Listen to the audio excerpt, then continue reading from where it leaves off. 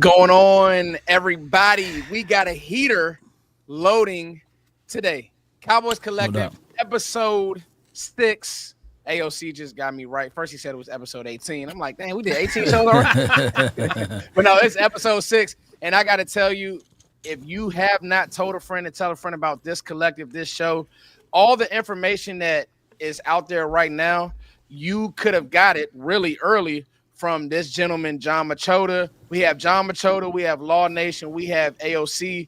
As always, we're going to get the information from what we're going to get, kind of what's going on the beat from John Machota. We'll start there, and then we'll get to these topics because we got a lot to talk about, fellas. So, John Machota, what are you hearing?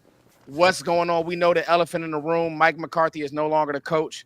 What's going on in Cowboys world right now? Nothing definitive. I mean, obviously the big story outside of Mike McCarthy is that Jerry talked recently to Deion Sanders. And so that's the biggest name you could possibly talk to in any coaching search. And so I don't know. We'll get into that. I don't know how serious that really is. That in the early stages, for that to be the first person you reach out to certainly seems like a lot of let's kind of stir some stuff up and get people talking about the Cowboys. That's the absolute name you would go to do something like that. It's just one of those things where I think a lot of other teams, even if they had interest in Deion, they would have taken last weekend and met with some of these top coordinators with other teams, like a lot of other teams with coaching vacancies did. But for Deion to be the first one, it lines up perfectly with the way Jerry Jones, does business. And so it makes a lot of people think that he's the front runner. I've seen Vegas odds say that. I don't think that's the case at all. But again, we'll get into that. The other one is that came out today that reportedly Robert Saleh is going to interview with them. No date has been set or anything like that, but the former Jets head coach, former 49ers defensive coordinator, obviously would be a defensive coach. So if that was going to be somebody in the mix, a big part of whatever he was selling would have to be what he's going to do on offense. Like who's going to be calling the offense? How is this going to help Dak Prescott? Because I don't think anybody has any questions about Robert Saleh on defense. Your defense of Robert Saleh, no question about that. But you got a lot of money invested in your offense. So how would that factor in there? But when you ask me that, the first thing I think of is really the other teams that have openings and how there are leaders in the clubhouse. Like it was not a surprise to see Mike Vrabel go to the Patriots. It would not be a surprise to see Ben Johnson go to the Bears or Aaron Glenn go to the Saints. And there's just been a lot of names with some of these other openings, but there really isn't an obvious one for the Cowboys. And I believe if there was an obvious one all along, then they would have parted ways with Mike days after the final loss against Washington and the season ended. They wouldn't draw it out like this. And so now here we are. And I do think this coaching search will be longer than the last one. Last one, it was just, we're going to interview Mike McCarthy. We're going to interview Marvin Lewis, and that's it. I think this one's going to be similar to the year when they got Wade Phillips, when it was, I believe they talked to 10 candidates. That's the way that this thing sounds like it's going. And if that is the case, then you're not going to have any resolution for maybe a couple weeks. John and panel, how we got here was complete disarray. Last show we started with, we've been back, forth. So what I want to do for a second, because we haven't talked in a week, I'm going to toss it to you, Law. How do you feel about how this Mike McCarthy situation was handled, from blocking his job to we all thought, well, I know I did. I thought he'd be back. I thought they'd try to work something out, to now he's out, which was a complete shock to me. I was shocked, John Machota, shocked that he was not the coach. Well, it looks like that they still had the rights to communicate with him, and it shows that Jerry Jones ultimately wanted him, but Mike McCarthy didn't want Jerry based off of the pricing of the contract or the length of years, whatever it may be. So they had to part ways mutually. So I looked at it like that. Of course, there was some rumblings and news that Jerry already talked to Deion Sanders throughout the week, but I take that as tongue in cheek. I look at it like, Mike McCarthy, if you look at his total body of work and his resume completely, you will have to say that it is up there with Sean Payton. It is up there with Mike Tomlin. So out of being respected by his agent probably banged the table and said rightfully he should get these type of money that those two guys are getting. So, of course, I think that this is a good situation for us completely because it's mutually. Mike McCarthy still have time to go out there to interview and get things going from there. And if he's worth a grain of salt, like everybody said, then he will have a job either with the Jets or Chicago or, dare I say, the New Orleans Saints. So, yeah. AOC, how you feeling about how this timeline went down? Was it Bush League to you? Will this scare off other coaches? Just how you feeling about the timeline? Well, what we have to do is we got to make sure that we keep things fair, regardless of how we feel about Jerry, regardless of how we feel about how the Cowboys have been handling things. We cannot get up here and leave out parts of the facts. We can't leave out the facts, right? And the facts are Jerry blocked his interview with Chicago because he fully intended on bringing Mike McCarthy back. Facts. The problem was, That's real. That's like a great I said in last week's show, it was no longer in Jerry. Didn't I say this last week, y'all? Chat, do y'all not remember me saying this could happen last week? Didn't I say this could be drawn out to the point to what happens if Mike is like, hey, I don't want to do it? And based off of just some of the reports floating around, something else I was right about. I did a video November 16th, 2024, and I laid out exactly why and how Jerry Jones was going to get Jason Witten into this organization and line him up as a head coach of the future. And according to reports of James Slater, parts of the reason Mike McCarthy never even got to the negotiating phase of doing a contract. See, Law, they never talked about money. They never talked about years. He got up from the table as soon as Jerry started trying to, according to reports, as soon as Jerry started trying to impose certain requirements on Mike McCarthy, such as, I don't know, maybe creating another Wade Phillips, Jason Garrett situation where Jerry wants his incumbent head coach, his future head coach, training under someone, right? With Jason Witten, his name was brought into that. We discussed all of this, so I don't have as much of an issue with how he's handled it so far because, quite frankly, Jerry just lost. He lost this round. He wanted Mike McCarthy. He blocked Mike McCarthy, and he lost because Mike McCarthy realized, hey, I have free will. I don't have to take this. I'm going to leave. I'm going to get the Chicago Bears to fly me in on a private jet. Come on. Yeah. Hey, now I want to put a pin in that. John, is there any validity to, because I think AOC spot on, but some of these reports, I got to say, and this is why I love having an insider on this panel, I got to say some of it is Bush League. Like, I don't know, I'm not going to put a name on it, but when I start hearing things like Dak and Mike hated each other, and there was at one point, I'm just like, well, hold on, time out. There is a difference between like coaching somebody hard and hatred, and you just absolutely can't stand a guy, or and maybe they're not on the same page schematically. Okay, that's one thing. But they didn't like each other at one point. I don't know about that because every player on this team has talked high about McCarthy. There's literally not one guy who said anything bad about McCarthy. Number two, is there any validity? Because I'm going to be honest, the Jason Witten thing sounded like a joke. It sounded like clickbait. AOC's been spot on. Is that real, John? Is that real?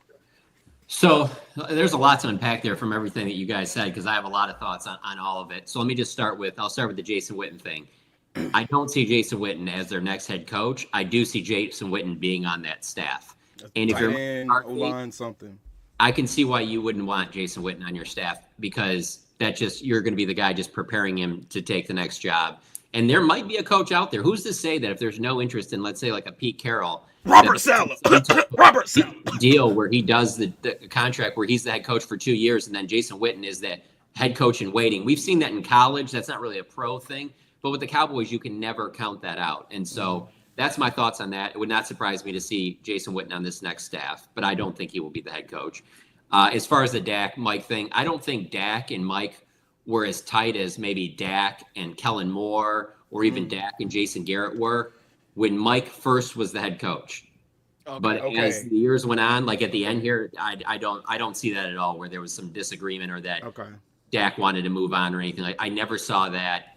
And this is the season. I'm glad you touched on that. So yeah, it is what it is. You can't control that. I mean, that's the toughest part of covering the Cowboys, is that there's just always going to be stuff out there, and you just do your best to report what you can. But no, I had never seen anything, never heard anything back channel, none of that about them disliking each other. Yeah. But one thing I do want to go back to on the Mike McCarthy thing. So I get what you guys are saying about that Jerry messed this up and all that, but I have to ask you guys, are we sitting here today with Mike McCarthy getting a new 5-year deal Come on, You guys John. happy with that? Never. Come on, John. Come on, John. Say that again. Come on, John. If we were sitting here today and Jerry and Mike had agreed, we're going to run it back, and Mike gets a new 5-year deal, you guys would have been fine with that?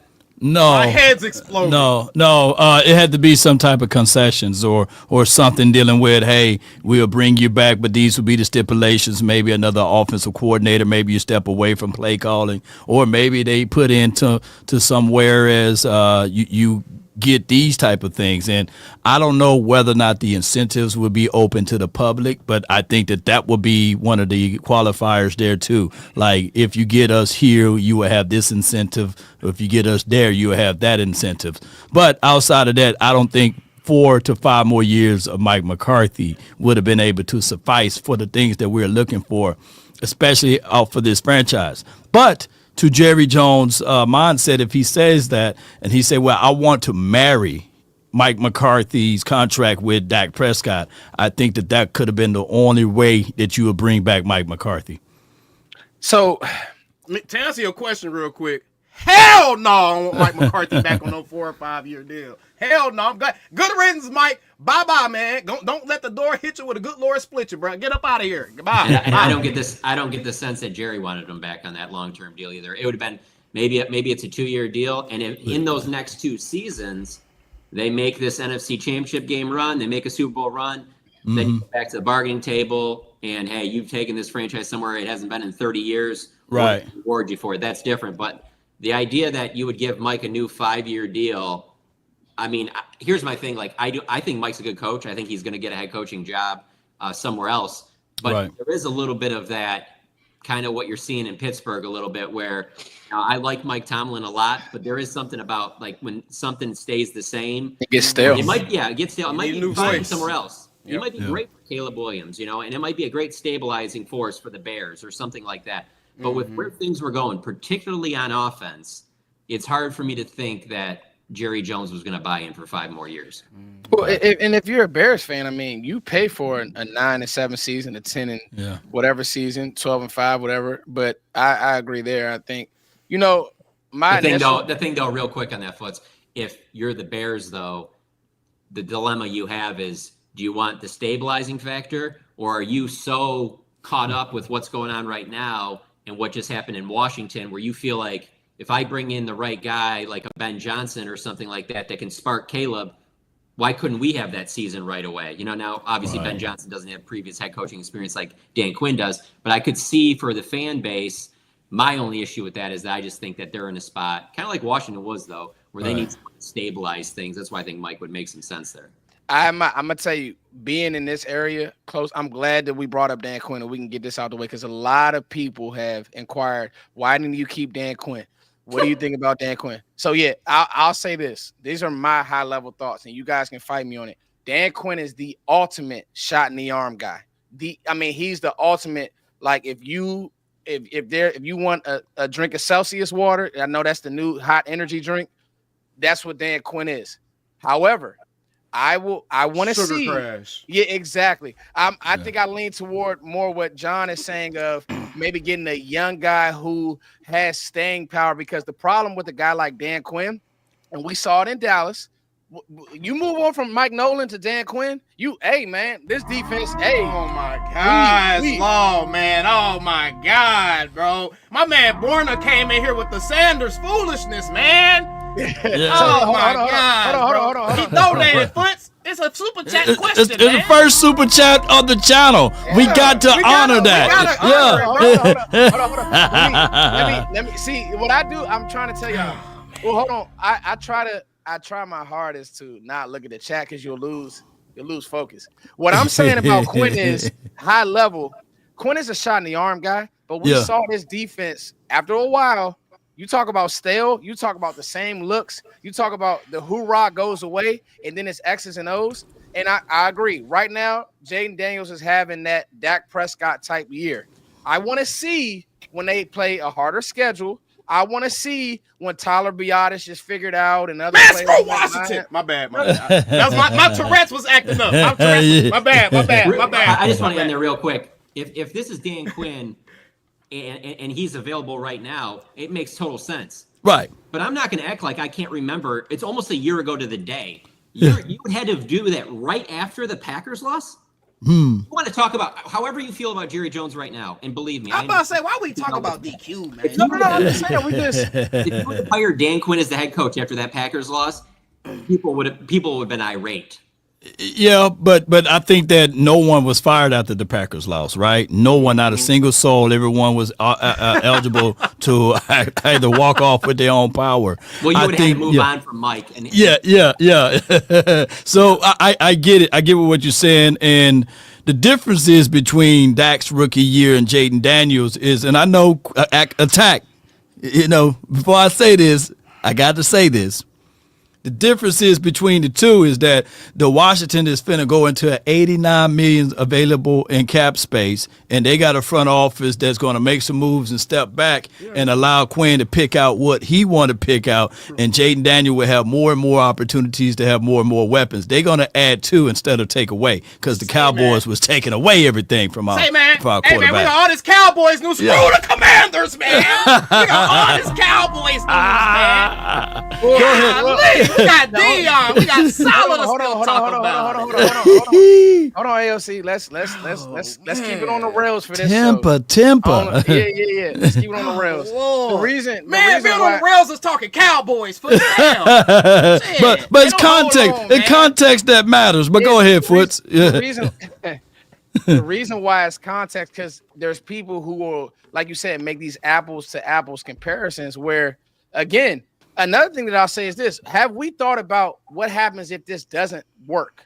Like, or if you move on from Mike and it's like, oh, this is a 3-win season. But I digress. No more Dan Quinn talk. Okay, here's what Dan Quinn is relevant because he's not, man. We got all this stuff going on, man. No, he's not. AOC, you run the show. No, he's not. All right, cool. So, all right, so back to Minnesota. John, do you think that the Robert Saleh thing is more just trying to satisfy the Rooney Rule? I mean, it's probably, that could be part of it, but I would say that there also is, what if Robert Saleh doesn't get a head coaching job? And they could be interested certainly in him as a head coach. I don't think that you should just judge him on what happened with the New York Jets. That's not a great situation he got. Right. But I'm not judging him at all. I think Robert Saleh would be an amazing DC right now, man. Yeah, because I remember in 2021 when that stuff was going on. I mean, he was the top. He was the Ben Johnson era at the time. So I do think that he would be great for the defense. So there's a part of me that wonders, bring him in. He could blow you away to where you're just like, this was such a great interview. This is the exact type of, we need this type of leader, fiery guy that's leading the team. But if you didn't really like it and it was just an okay interview, you got in your back pocket as, if he doesn't get a head coaching job, this is the guy we really like as a DC. We did like how he brought these things up during his interview. You get a chance to pick his brain on things. So I don't think it's just, let's just go through the process just to do this. I do think that there is interest in Robert Saleh. Okay. No doubt. And when you look at his total body of work, you don't want him to go back to the 49ers, not to make this 49ers show attack on Cowboys. But I would say this, though. We got exactly an hour today. We can't be spending 10, 15 minutes on that quiz, bro. That's all I'm saying, bro. But Robert, as a head coach, I get it. He wasn't the offensive coordinator there or called the offense, but they were 20-36. So that's something that you have to bring along with the resume of him interviewing as the head coach here. I don't think that would move the needle far as the belief factor here. How do you three guys feel about Robert Saleh being the ultimate head coach here? Nah, I'm not rolling. Only because I just feel like Robert Saleh to me strikes me as a guy that's okay with dealing with tyranny. Like he came from the Jets, right? And the Jets has one of the more difficult ownership groups with the Woody Johnson and those guys. And he had his grandkids in there helping drafts and helping with trades and stuff. So to me, Robert Saleh will be another layover and let Jerry do Jerry guy. You know what I'm saying? I don't think he. But who isn't going to be that? I mean, I'm about to say there's a few people I feel like would kind of stick to their own guns. Tell me who. Ben Johnson. Hey, man, you have to fucking relax, Foots. You have to relax, man. You have to relax. Get that energy together. No. I'm just telling you what I'm telling you. No, man, because you listen. There's not a chance. There's not a chance listen to me. You listen for 1 second. Relax, man. Listen, Linda, listen. Relax. You gotta listen. You damn relax. You over there looking sour face and start rushing me to my answer. No, listen. You gotta listen. There's not a chance that Deion Sanders would come in here. We can get right to Prime. There's not a chance that Deion Sanders would come in here and be able to run the show. He would be the face. He's not gonna push back. Man, Jason Garrett already said what it is, though. Jason Garrett, he just came on an interview probably a day ago. Law, I'm pretty sure you probably gonna pick this up real soon. Jason Garrett laid out exactly what it is to be the Cowboys coach, what's expected, what you have to deal with, the positives and the negatives. He talked about this 2 days ago. He said the main thing with dealing with Jerry is you got to make sure you have a plan of action, and you have to know exactly how you want to execute it, and you have to be clear and concise in what you need from him. And the benefit of working with Jerry is you're only working with Jerry. We all get caught up talking about the owners and, oh, Jerry's the only owner in the league that does X, Y, and Z. But then we don't realize that these coaches actually have to deal with GMs. We don't talk about the GMs and how difficult they may be to work with or anything. So there are certain aspects to it that Jason Garrett laid out. I'm sorry. I don't believe that Jerry Jones is as much of a cumbrance on these coaches as we're trying to paint it out to be. I do believe he does encumber them, but I don't think it's to the degree we're making it. I'm just saying. So, all right, this is where I disagree wholeheartedly, because to be honest with you, Saleh is, if you want a guy to me who would, it's not about, I think everybody's like, oh, who would stand up to Jerry? We already tried that with Bill Parcells. You know what he did? He walked off the job. I'm done. I'm cool. I can't do this. So you're not going to get that headstrong, come in, change the whole vibe. Like, you're not going to get that. There's not one coach who's coming in here under Jerry Jones' tutelage and saying, hey, man, we got to change this. They're going to look, and John, you can speak to this. They're going to look at that coach and say, no. In Dallas, this is how things work. Why not take a guy like Robert Saleh, who, if nothing else, can stabilize one side of the ball? We keep looking for these offensive gurus. We keep saying, hey, we want somebody who can come in here and change the offense. I'm telling you now, those walk-around OC play callers, if they don't have another guy on the defensive side of the ball to hold things down, it could go haywire. You look at Mike McDaniel, haywire. You look at some of these other places, haywire. Guess what? Andy Reid, we love him. He couldn't win the big game in Philly. He goes to KC, and he gets a real DC. Now it looks different with Steve Spagnuolo. So to me, I'm telling you right now, Ben Johnson is not taking his job. I can just tell you right now. To me, the guys that are in play, maybe Prime, but I got some really strong intel that Prime's not even in play. Prime is, and I know some kids who are at Colorado who Prime has came in and said he's not leaving. So that's out. To me, it's somebody like Aaron Glenn, who has high energy, or Robert Saleh, who is a great motivator and teacher and defensive mind, and then he brings in the OC. That's my thoughts, high level. Well, first of all, very relaxed. AOC sounds like he wants to bring back Jason Garrett. What more do you want? Hey man, don't get my messaging confused. Hey, don't get my messaging confused. That's not what I said at all. That's your message. That's not what I said at all. I simply laid out because we keep talking about what coach can operate under what and all that stuff. I simply laid out what Jason Garrett is, someone who had the job before, man, laid out as what the expectations actually are and what it's like to work in that temperature. That's all I laid out. Yeah. I was just messing with you. Yeah. I watched that interview this morning. It was pretty good.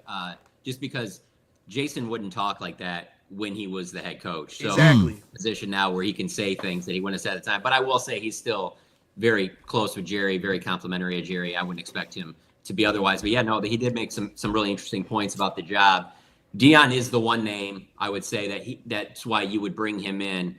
But that's the problem, is that Jerry doesn't want to have that. So he likes everyone talking about it. But the problem is that when Jerry's in that dark room by himself and has to make the final decision, I don't see him going like, yeah, I want to deal with everything that's going to come with Deion. Like one of the big things that people have talked about in the last couple of days is just how big of a staff Deion has at Colorado, which is funny to me because the Cowboys are known for not doing that. Right. Would Deion have the autonomy to really be Deion? And if he's not going to do that, why would he want the job? And so he's the one person that would give you that chance, probably since Parcells, because there's nobody else in this that I really can't see Ben Johnson doing that if he agrees to be the Cowboys head coach. Aaron Glenn.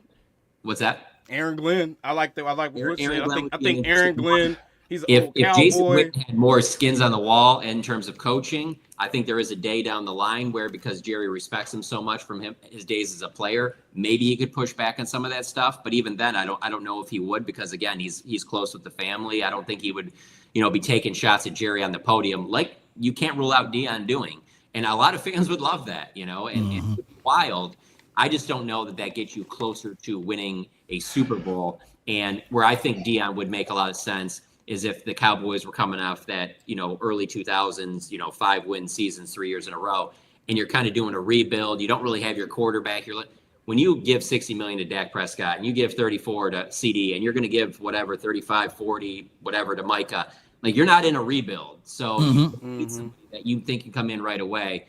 And Foots, to your point, that's why I've never been big on the Lincoln Riley thing. From what you were saying, is that Same. And really even Kingsbury too, where you just Same. there really isn't that. And I shouldn't say this because I was just sitting in the stands. I don't really know what's going on. But man, last year when the Cowboys played the Cardinals, the night before I went to the USC game because I was like, oh, this would be cool. I get to see Caleb Williams, whatever. And tickets were not very expensive at all. And I'm behind their bench, man. And I never seen Lincoln Riley. It was almost like it was a cool kids group of Lincoln Riley, Cliff Kingsbury, Caleb Williams. It was like, we're going to run this thing. And this is a joke, what I'm about to say. There's no truth to this, but it really made you think. I'm like, does he know the guys on the defense? Like, does he talk? You know what I'm saying? So I bring that up to say that you can't say that about Kyle Shanahan. You can't say that about Sean McVay. Now, they're offensive minds, but their defenses have been a big part of what's allowed them to win Super Bowl. So to your point, Foots, you got to find somebody that can do both. So when I say Robert Saleh, a big part of that would be, okay, who's going to be your offensive coordinator? Right. What's the plan there? Yeah, I think. I think you can find a good DC anyway. I think you can find a good defensive coach, man. The same way you laid out that, when you have an offensive mind, the defense is always lacking. I mean, you can look at guys like a Wade Phillips. You can look at Robert Saleh with the Jets. His offense was always lacking. Like, so it works both ways, man. Regardless, whoever the head coach is, they have to have a competent staff. Like, regardless, bro. I don't care what side of the ball they specialize on. Yeah. It's so for me, I look at trees, right? I'm looking at coaching trees. Now, I want to circle back to the Deion thing. The other thing about it is Deion is the one player coach who would possibly be bigger than Jerry. So there's a difference between him taking orders from Jerry, and then it's like, wait a minute, Jerry, and I'm bigger than you. I have my own show. I have my own camera crew. I have people that follow me. Like, Deion has his episode season 2 of Prime on Amazon. Like, he could possibly go down as being bigger than Jerry in that way, because he went to Colorado. He turned him around. Like, this was a 1-11 team. 1-11 the year before he got there. How do you guys think that the players would be with that? I think that players would run through a wall for Prime, because it's different when you were that good. And I'm not lobbying for Deion to be our coach at all. But when you were that good, John, and you can coach and you know a little bit about X's and O's. Now, Prime is another name who could get high name OC and a DC in, I believe. Right. Because Prime is a people's person. The only thing that I would fear when it comes to Deion Sanders is what you said, John. Going to the podium and Deion just saying one day, I don't want to talk to you today, John.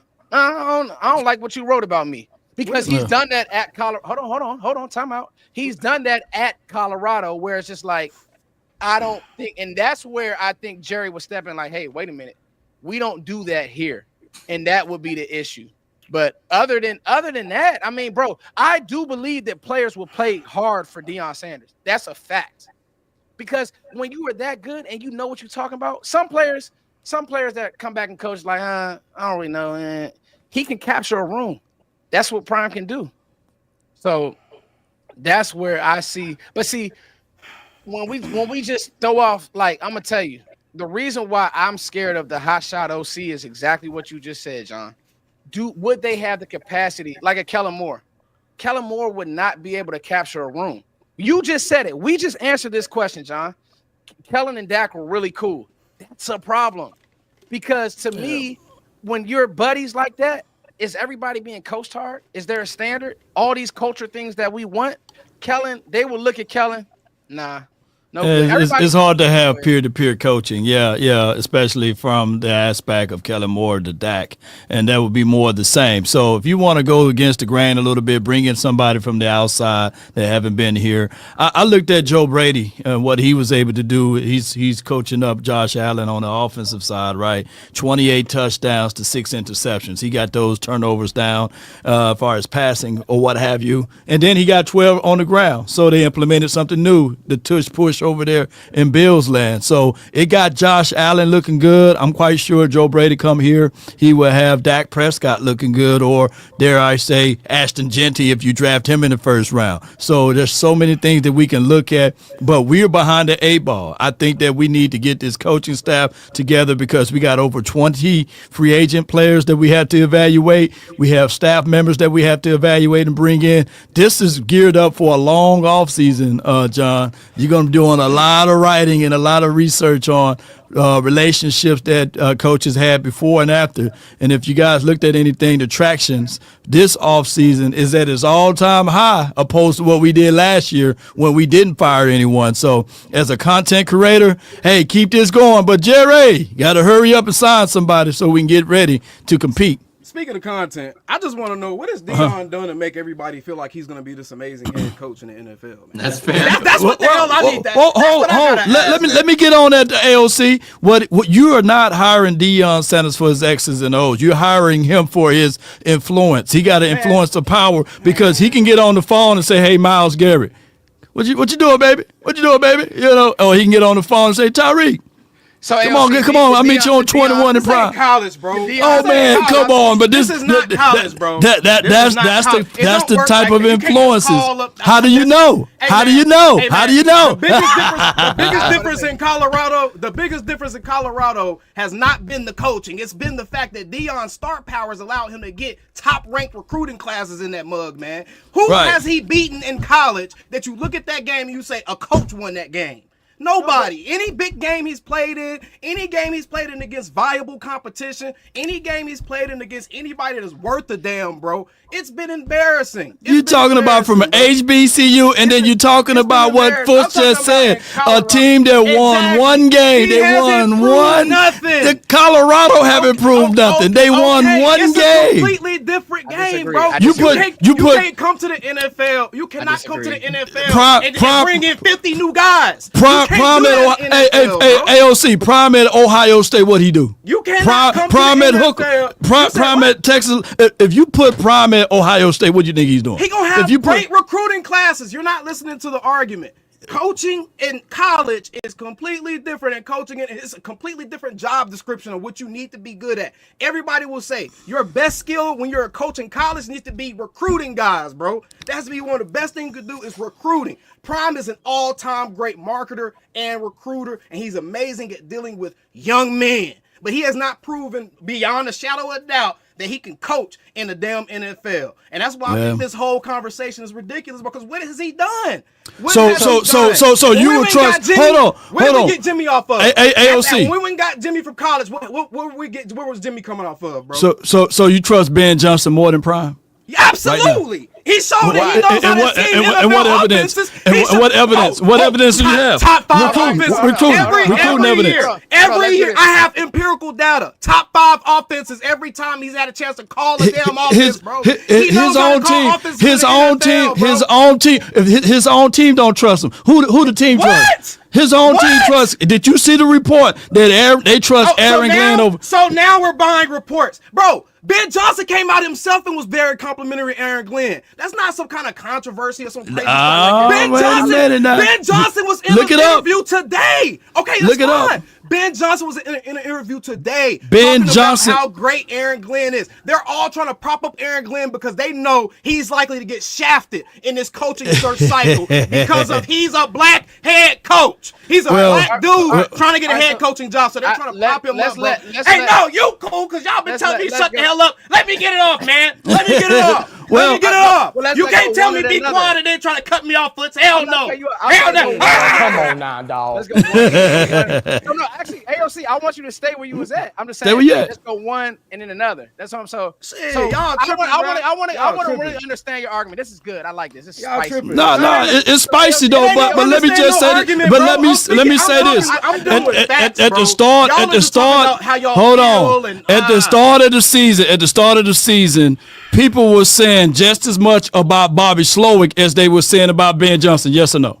Ben Johnson has 3 years already showing that he has top-ranked offenses. Bobby Slowick had 1 season, bro. But people was talking about Bobby Slowick just as much. What I'm saying is that we're talking about data and real life, bro. We're talking about at data the and real end of the life. day, Look at the Ben end of the Johnson's day, stats he's not a proven Look at- commodity though as a head coach. He's shown he knows. Where is a head coach? Deion ain't no proven commodity as a head coach because he got more talent. Because he got more talent at Colorado when they won by de facto. They were winning more games by de facto because he's a great recruiter, bro. Not because he's a great coach, bro. Stop, man. Okay. He's not a great coach. I honestly agree with everything Attack is saying. Thank you, John. Thank you, bro. We're not going to act like the Big 12 is the SEC. Like, stop this shit, bro. Stop this. And Shedeur Sanders in the Big 12. Let's relax. I mean, he can recruit players. Stop this. I'm telling you this right now. The whole him calling up other players in the NFL. This sounds great. If you tell me that he's about to be the Eagles coach or the Niners coach, what if the Cowboys shown you that they would even be he would get Myles Garrett on the phone. They get it all hammered out and be like, Myles Garrett's coming, Jerry. He's coming. Right. Figure it out. Jerry would be like, well, no, we're not paying him that. And then it just, and that's it. And over time, enough of those, and Deion will be worn out with Jerry. So that's the only problem is that if they were a team and this was the 90s and there was no salary cap, all of that sounds great because I could see them being like, let's just get crazy. Let's go crazy. Yeah. There's a salary cap, and there's not a salary cap at Colorado. But what I'm saying is there's no verifiable evidence that Ben Johnson get here that he will be able to get on the phone and do the same thing. We are talking about basically the same argument here. Get on the phone and do recruitment. No, man, come on, man. The NFL is not college, bro. There could be things that happen with Jerry that Ben will just not even know how to deal with because he's never been a head coach, and there's a lot of stuff that could be really difficult. The one thing is that I just would find it very hard to believe that the offense wouldn't still be good. Now that might not lead to right. Alex Moreno, your mama, fool. He's about to roll out. First of all, you hire him. His plan going into the draft is going to be all about on the offense. So it's going to be a running back, another wide receiver, probably something else to help the offensive line get it to where it needs to be. And he's going to have the blueprint of, hey, this is why I need to build it this way because I've just got done doing this. Right. The defensive side is another thing. And then obviously, like I said, the big one is the Jerry. It's Ben's got everything built. It's going well. Jerry starts saying this about that. How does Ben handle those situations? Deion, I think, would handle those situations better because he's as media savvy as anybody's ever walked the earth. So he's going to be able to handle that stuff better. But I don't know what the offensive or defensive side of the ball is going to definitively look like if you hire Deion Sanders. I don't know who he would even hire. Who he would bring in, yeah. Right. So here's what I'm getting, right? And honestly, this is the back and forth that I felt because I'll be honest with you, John. When I was sitting on my couch and I got the news that all of this went down, John, I felt exactly how Attack feels in law and passion. Because guess what? At the end of the day, we're all in flux because they didn't even have a plan. They didn't know what was going to happen. They didn't know any of this. And so I get it. Now, this is what I will push back on. Mind you, I'm not a Deion for the Cowboys, whatever. But what we can't say is a team that was 1-11 in Colorado, in Boulder, Colorado, was that. We can. We can't. Hold on. We can't say that. We can't say that now they are a commodity. Regardless of if it's his name, well, if it was his name, then Ed Reed would go do it. If it was his name, then somebody else would go do it. Prime has something. Do I think Ed Reed don't have the same type of? Do I think he's a great Prime, bro? But that's part of coaching. Like, that's part of being a college coach. You're right. That's part of being a college coach. All these guys started in college. Time out. All these guys started in college. Guess what? Washington's running a college offense. They're an RPO heavy offense. They got a legal man down the field for running RPOs. That's what they do. At the end of the day, Ben Johnson. You want to talk about Ben Johnson? Guess what? Dan Campbell afforded Ben Johnson this opportunity. You know why? Because he fired Anthony Lynn because he wasn't good enough. So he fired Anthony Lynn. Ben Johnson was the tight ends coach. He was no special guy. Nobody knew who Ben Johnson was. And then what happened? Hold on, listen. And then what happened? He did not come from this Shanahan tree. I got into a very heated debate about Ben Johnson. The table was set because of Dan Campbell. Who cares what tree he came from? No, Who cares? But that's what I'm saying. Everybody wants this Shanahan tree guy. No, you need to set the table. You need to bring in a coach that's going to say, you know what? We want to run the ball. We want to live in play action. Guess what? Ben Johnson, can you do that? You were helping out with the tight ends. Guess what? Go do it. Guess what Sean McVay was? A tight ends coach. So my goal is, I don't believe in bringing in Deion Sanders. No. But if we're going to say this about Deion, make sure we say that it's idiotic to bring in Jason Witten. Because what has he done? Coached in high school? Who's campaigning for Jason Witten? I'm just telling you. That's what I'm telling you. So who's campaigning for him? I'm just telling you. Guess what? Jerry. We talked about it though, right? Jerry. Yeah, we talked about it and we dismissed it as foolishness, bro. Wait a minute. That's what I'm saying. At the end of the day, this is why I said, let's you know what? Let me do this, John. You jump in. What was Dan Campbell when he was hired? Was he an offensive mind? Was he or was he just a master motivator? So Dan Campbell, who's about to be in his second NFC championship, by the way. He would definitely be an offensive guy. I mean, he was a tight ends coach, and then when Anthony Lynn he took the play calling away, Campbell took over the play calling, so he would be leaning on the offensive side. But he is certainly the motivator. I mean, if Jason Witten had been on the staff for the last 2 or 3 years, this is Jason. Oh my God, you're right, John. Yeah, that's right. And so. That's laughable to me, but you're right. You're right. And the other thing that really I was thinking when watching it from afar is I was wondering how much success Antonio Pierce was going to have with the Raiders, because then that would have been another example of, the more of the former player leader of men, as opposed to, well, what are your right. What are you going to do defensively and things like that. So I don't think there's any one way that you can go. Don't get me wrong. Right. I just think it's a big jump to go from the Big 12, where you brought in probably the 2 best players, arguably in all of college football, that I don't think that you're going to be able to do that in Dallas. So I do think that he could attract people, and he could be the guy that stands up to Jerry. But I would have to know what his plan is for his offensive coordinator and defensive coordinator, and where they're going that direction, because there is a big difference between college and pro. Right. And your point about what they're doing in Washington in terms of the college type offense, there's also a part of you that wonders, well, how long does that work for? Yeah, that's why I was making the Dan point earlier. Yeah. 2-3 years from now. Yeah. The sugar rush. John. Yeah. Hey, John, to be honest, when Dallas played Washington, it's so funny. Everybody's on Washington. When Dallas played Washington injured, they dialed them up. Mike Zimmer dialed them up. So I agree. And this is another thing that I don't want people to be prisoners of the moment. Detroit Lions just got good these last 2 seasons. Let's be real with that. They were 3-13 when Dan Campbell first started, and then they won 9 games the second year, but they had to build up to that moment. And great even GM. the year, great GM. It takes time, and they got the world handed to them because these draft picks start paying dividends by the fact that the LA Rams gave them all of those picks just so that they can make that trade. So you got to contextualize all of that on the reason why the Lions are the Lions. And they look, I'm not going to take away anything. I'm rooting for them this weekend. Let's go Lions. Let's go that version of silver and blue. But any coach that's coaching here, they're going to have to deal with the meddling owner. They're going to have to walk the rooms that Jerry and Steven create. So that's all I'm saying with all of this too. And to your point, it has only been 2 years in Detroit, but it also reminds me of it. Just anytime a team gets good like that, everybody just starts poaching their staff. And I don't think there's a better example than that Eagles team. They lose both their coordinators right after that Super Bowl run. And let's not act like either of them have gone on. Saban does. That's a great point. And it's happened with the Rams and the Niners. So, there is no guarantee at all that Ben Johnson is going to have success at all. No, there's no doubt.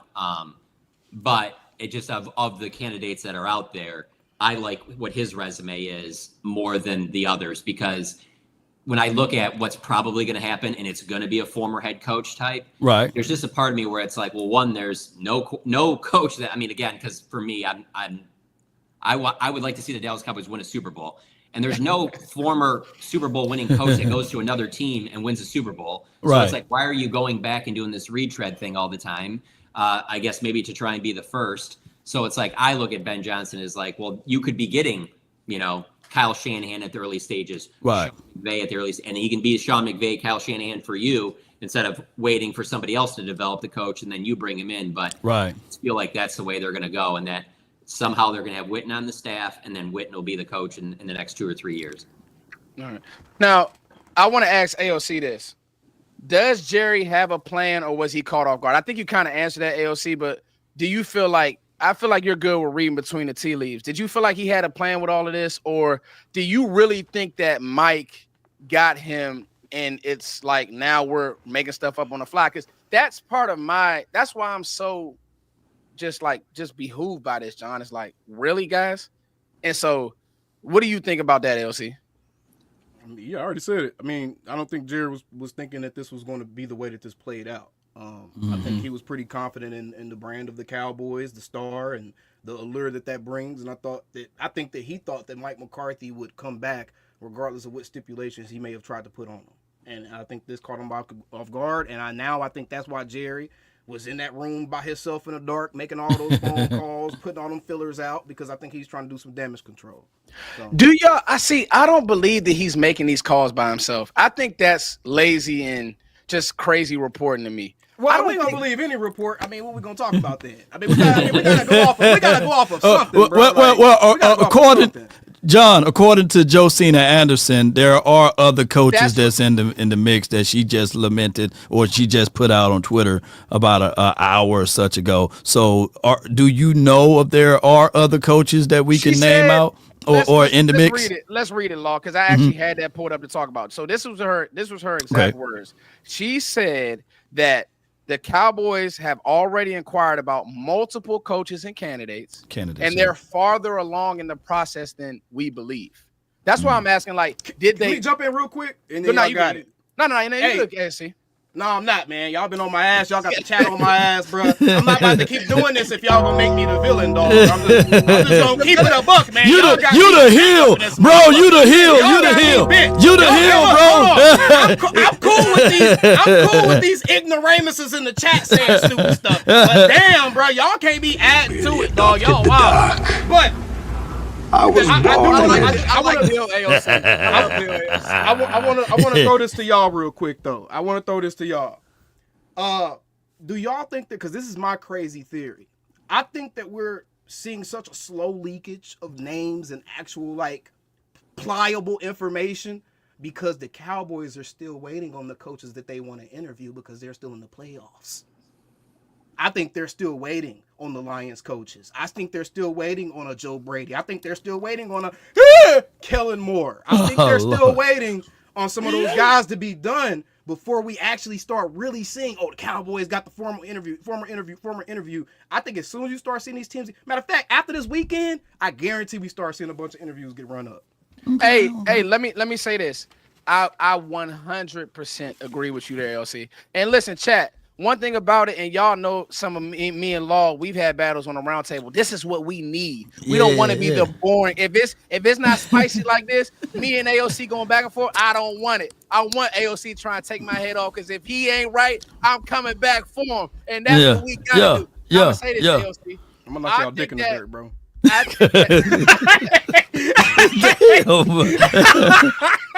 gonna get us kicked off? You get a yellow.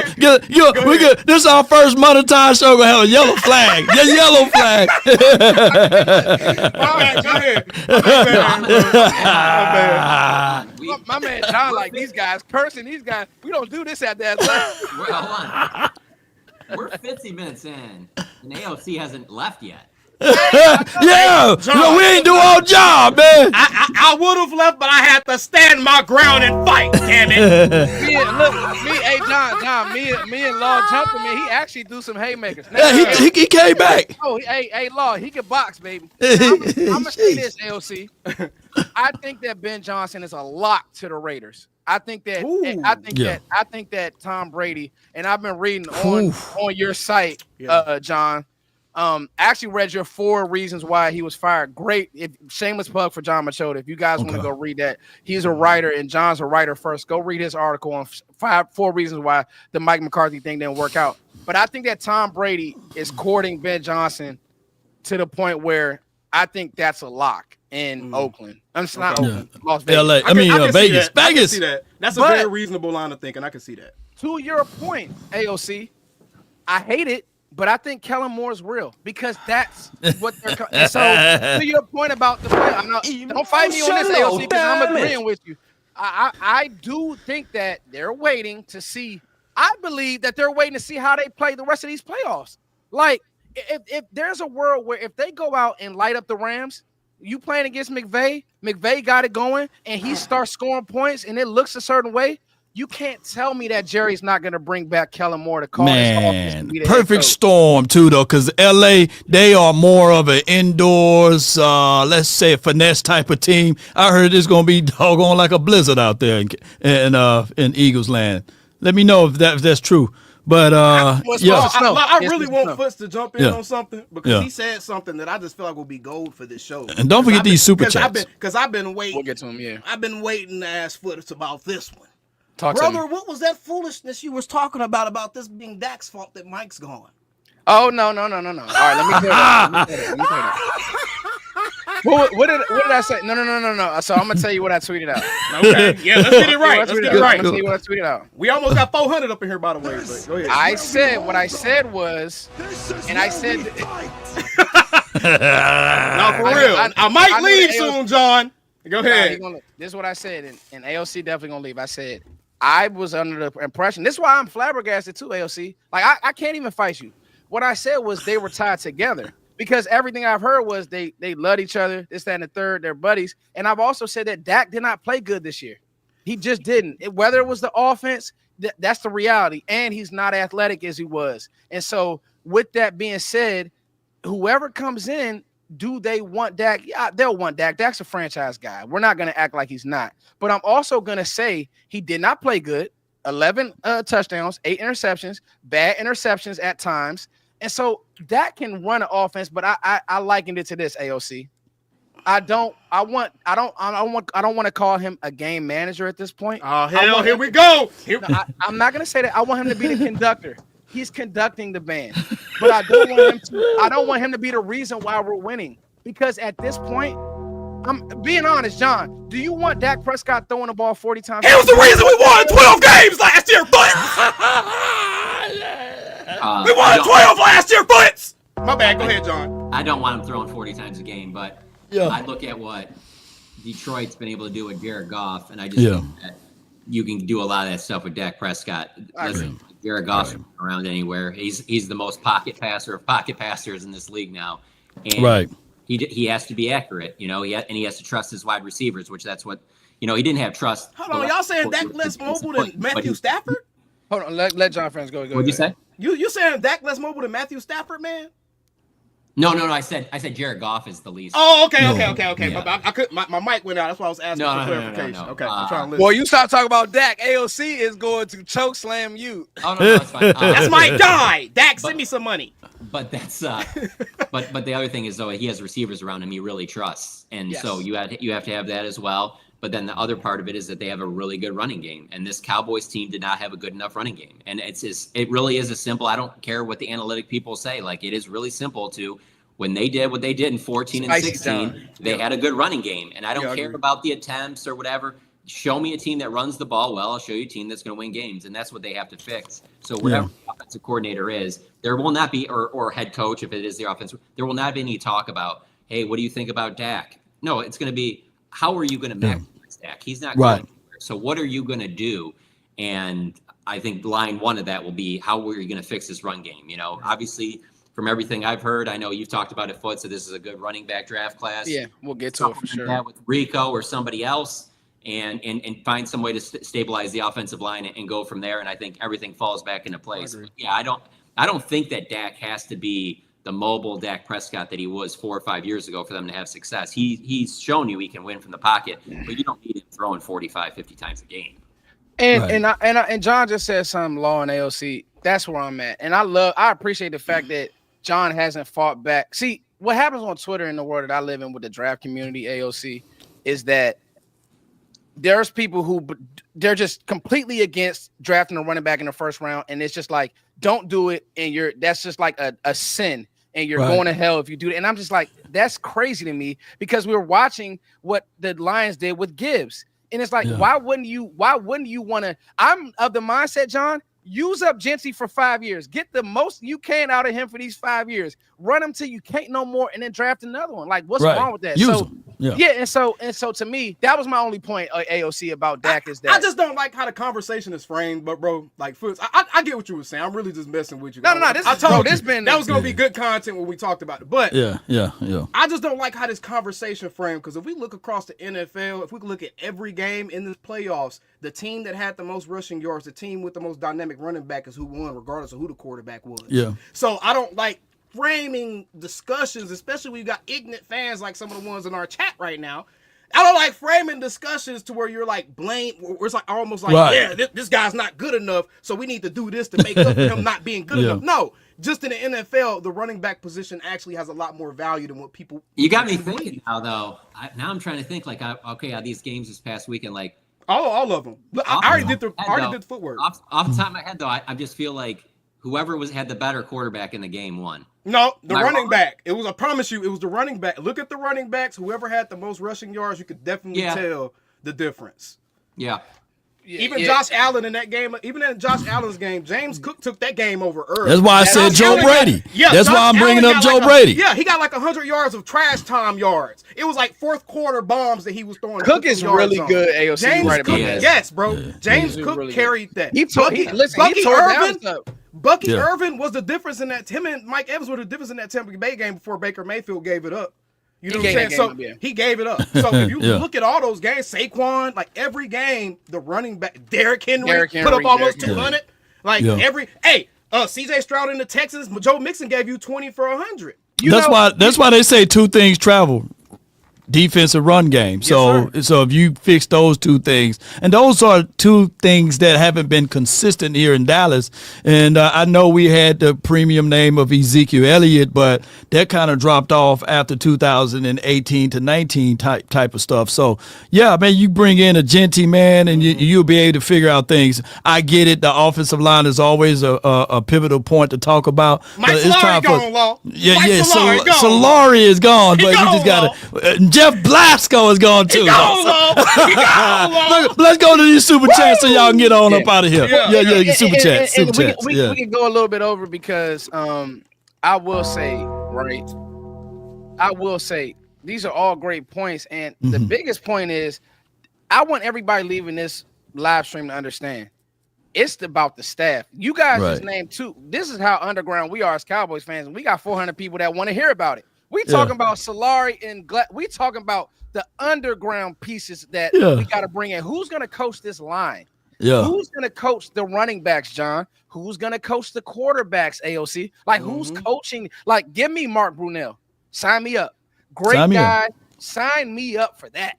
Great Antoine Randall L. You give me him. Yeah, sign me up. And does Aaron Glenn get you that? You know what I mean? So those are good things. Let's get through these super chats. So I think we kind of answered this, but Law, you're right. Promise at head coach. Ben has never been one. We don't want to revisit that, but that was a great debate. Thank you so much for that super chat, Mr. Wright, Antoine. Thank you, Mr. Wright. You're wrong, bro. Hey, Mr. Wright, you're right for adding us to super chat and for following the Cowboys Collective. Thank you. So Ben Johnson has a full team of first round picks. Now, how would he do in Dallas with those weapons? So I think John hit it on the head. Ben Johnson will be fine with these weapons. He doesn't have a CeeDee Lamb. Tyler Smith is a stud. Got snubbed out of an All-Pro. Ben Johnson here. You get him a running back. If you gave Ben Johnson Gentry, let's roll. Shoot. Ben Johnson probably can work Kevontae Turpin. Shoot, he'll probably get him going. Kevontae to a French Pro Bowler, bro. Jeez. Yeah. Too Cool gave it $5 and said, "What if Dak is injury-prone quarterback now? How do you all fill this team up?" So I'll be quick on that one, guys. That I will say this, and this is to John's point. If he is, and I don't know if he is or not, but let's not even chance it. Let's come up with a formula. The formula being time of possession, running the ball, Y'all great on that defense, BS, man. that would not allow him to be injury prone. So thank you, Too Cool, for that super chat. We love you. Too Cool dropped another super chat, said, why is Shedeur and Travis sliding down boards? I can answer this one.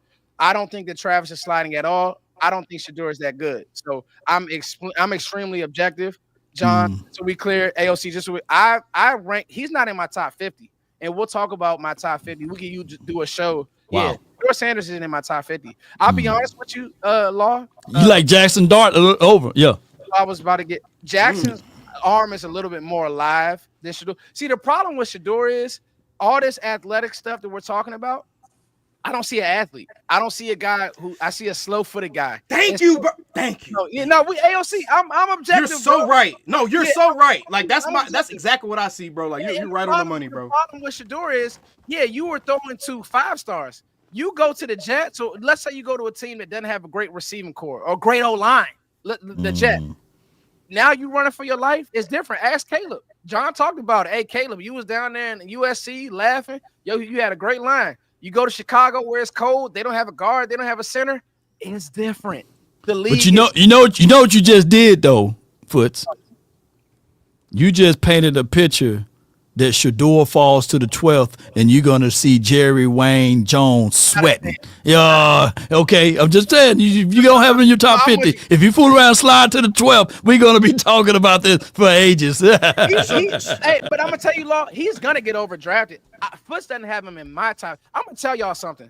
You talking about a player who's polarizing, and we'll talk about it. I'm going to Senior Bowl to watch him. It's Jalen Milroe. Interceptions, yes. You go watch the Alabama game. The Georgia game, excuse me, took that game over, Law. Running and throwing. If in teams, there will be a coach out there who says, look what Jalen Hurts is doing. The scheme is literally run, pass. There will be teams out there that look at that and say, you know what? I can get the most out of him. So I don't have Shedeur. I'm not Lamar ain't no progression QB.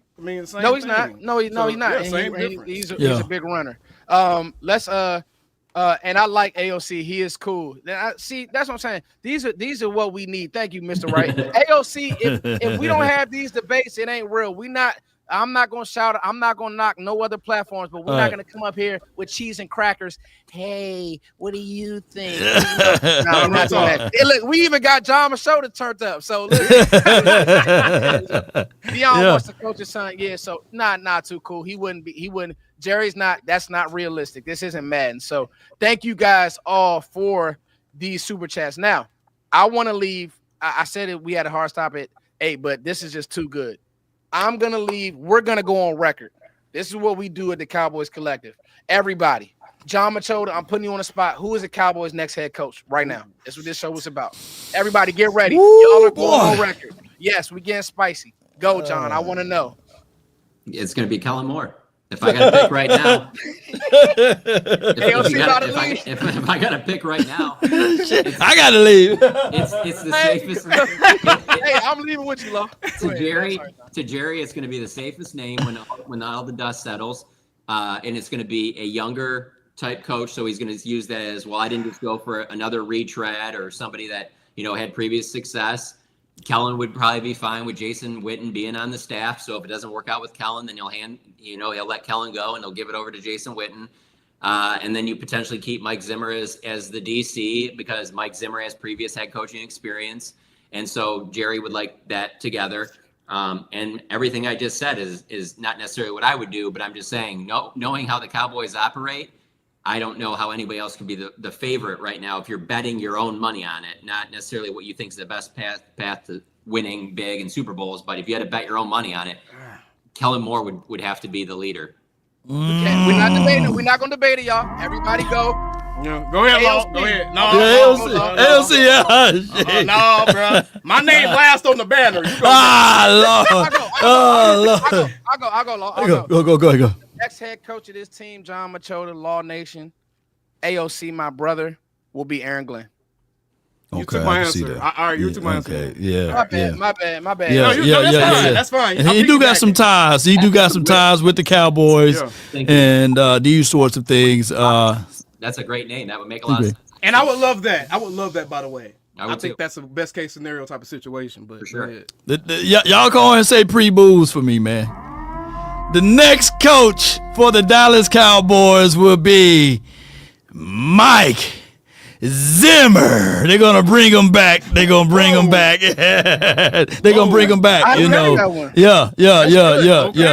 He gonna bring him back, and then they're gonna work something out. I wish there was a way we could figure out who's the furthest off, so we could have some kind of payoff or something, bro. I wish we could figure out who's the furthest off. And we got our first yellow super chat, baby. Damn. Shoot, David says Cam Ward is better than both to me. Yeah, Cam Ward. You give Cam Ward Travis Hunter. What you thought would have happened over there? Come on with it. Too cool for the $4.99 for your mind. Says Deion Primetime Sanders is the next coach. Come on with it. Law. Yeah. Oh my God, bro. Hold on, go ahead, John.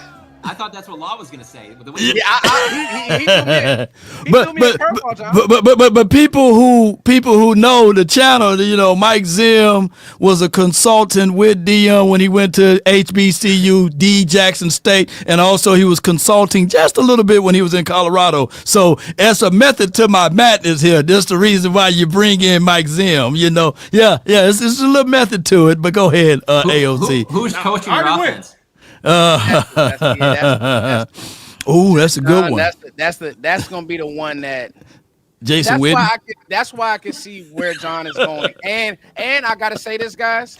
Age. I can see why John age. The age part with Kellen Moore. They'll look at it and say he's young, he can grow. And so I wouldn't like it. I would actually hate it, but I get where it makes sense. I just gotta say, y'all, we got to 400 people. This is our sixth show. You guys are amazing. We'll be at 1K before you know it, like a show, because clearly you guys are growing with us, and we don't take that for granted. We can't get to every comment. We can't get to we will get to every super chat, but we can't get to every comment. But to bring these groups of people, like I said, I'm a fan of everybody on this panel. AOC, John Machota, Law Nation, and the fact that we're together and we making this work, and you guys are growing with us. We don't take that for granted. And like I said, you guys are getting real. So thank you guys for hanging out. Any closing word, guys, before we head out? We need AOC's pick. Oh, I said I'm picking back with Aaron Glenn, but since John threw me the floor, I just wanted to say appreciate everybody in the chat, man. I know I give y'all a hard time. I mess around with y'all and everything. That's just part of the fun of it, though. Y'all don't want to just tune into our shows and we're sitting up here all talking monotone. Boy, they don't want us to leave. They said another super chat. Come on, keep going. Come on, boy. We'll sit back. We're gonna get Jerry Jones money out the wild, man. Jerry. Real talk. But seriously though, it's all love. I don't want nobody coming away from this thinking like, oh, they're mad at each. I promise. No, that's what we do. I promise you, bro. It's all love. This is sports talk. This is bar talk. This is bro talk. Real talk. Yeah. No, I'm gonna tell you guys. I don't like when I tell I coach, and I'm like, I don't like when coaches agree on everything. Now, the biggest thing is if we're just agreeing, you don't have a reason, then no. But if you have a reason and you truthfully believe in it, that's the whole point. So nah, man, AOC. Don't take. There'll be clips of this, and people met. Nah, it ain't nothing. AOC and Law. AOC. Listen, me and Law, when we used to do a show way back when the round table, we even went at it just like this. But it's in good fun because we're passionate about it. And I'll be honest with y'all. I told y'all when the show started, I was flabbergasted by this move because this is not a Cowboys move. And you talk about something that AOC hit on. I think that Mike McCarthy said I'm out. We will never know. Right. Because I don't think we'll ever know. John Machota will know, and if he does, he better let us know. Damn it, you better know. But I think that AOC is right. I think they went in there and said, you know what? Mike said, nah, I'm not doing this again. You're not gonna hold me hostage for a year or two and not give me nothing. We're giving you Jason Witten, man. Come on. I don't want that. You don't want Jason Witten, man. Shout out to you once again. We had a record breaking of 11 super chats, man. I really appreciate you. Too Cool, thank you so much. He says, Foots, I love you and Law. Too Cool also said Cowboys coming soon. 18 months. I retired from the Army and I'm on the platform. So he's gonna join the platform. Don't be trying to plug your stuff over here, bro. Yeah, he trying to join. Man, Too Cool. He trying to plug. Hey, he paid for it. He he paid for advertising. so you got to send $100. He sent $100 over. Yeah. So send $100 in, Too Cool. You owe us $100. Come on. You can sponsor the stream, Too Cool. All right, guys. All right. For John Machota, AOC, Law Nation, you guys run this back.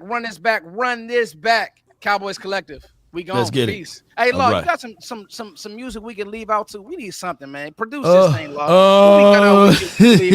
Oh no, we got Epidemic Sound as a contract, so we can't play none of the music. Okay, So that's something. But I can play this though.